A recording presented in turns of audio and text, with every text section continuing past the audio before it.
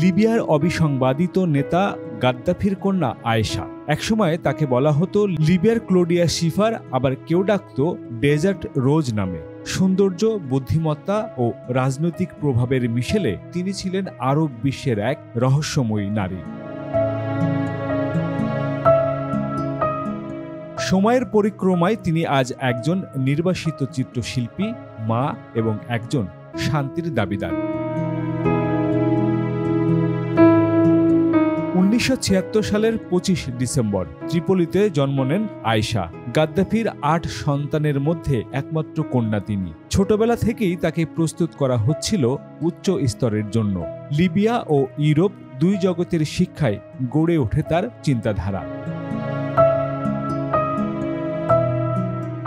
আয়েশা ফ্রান্সের প্যারিস ডিডোরো বিশ্ববিদ্যালয় ও পরবর্তী সোরবন বিশ্ববিদ্যালয়ে আইন নিয়ে পড়াশোনা করেন। তার লক্ষ্য ছিল শান্তির জন্য লড়াই, অন্তত বাইরে তাই মনে হতো। 2009 সালে জাতিসংঘ তাকে নিযুক্ত করেছিল শুভেচ্ছা দূত হিসেবে। নারী অধিকার, শিশু সুরক্ষা এবং যুদ্ধবিরোধী বার্তা ছড়াতেন তিনি। সাদ্দাম হোসেনের আইনজীবী দলের সদস্য হিসেবে ইরাক যুদ্ধের বিরুদ্ধেও কথা বলেন। তবে বাস্তবতা ছিল জটিল। বাবার শাসন আর নিষ্ঠুরতার ছায়া তাকে ছাড়েনি। গাদ্দাফির শাসনামলে বহু মানবাধিকার লঙ্ঘনের জন্য আন্তর্জাতিকভাবে তার পরিবার নিন্দিত ছিল।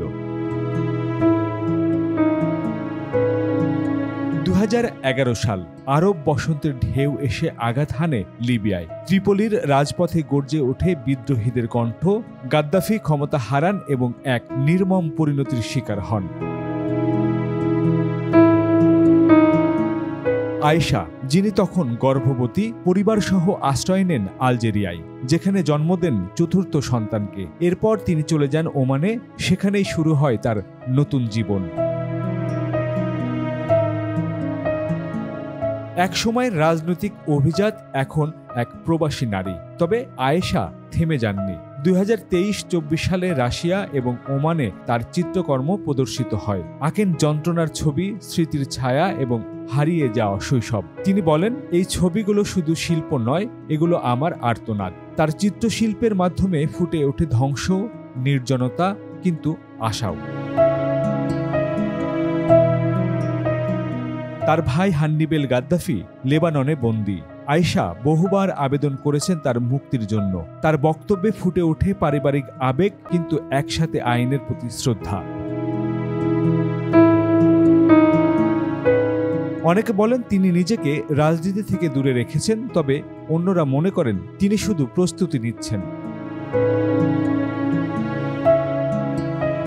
2016 ও 2021 সালে গুঞ্জন উঠেছিল তিনি লিবিয়ার রাষ্ট্রপতি পদে প্রার্থী হতে পারেন, যদিও সেটা বাস্তবায়ন হয়নি। কিন্তু তার উপস্থিতি এখনও লিবিয়ার রাজনৈতিক চক্রে আলোচিত।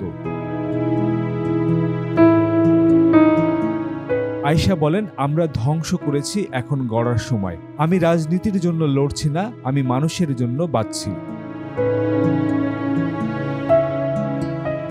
2023 সালে জাতিসংঘ তার উপর জারি করা ভ্রমণ নিষেধাজ্ঞা তুলে নেয়। এখন তিনি বিশ্বের যে কোনো প্রান্তে যেতে পারেন, বক্তব্য দিতে পারেন, কিন্তু অর্থনৈতিক নিষেধাজ্ঞা আংশিকভাবে রয়ে গেছে।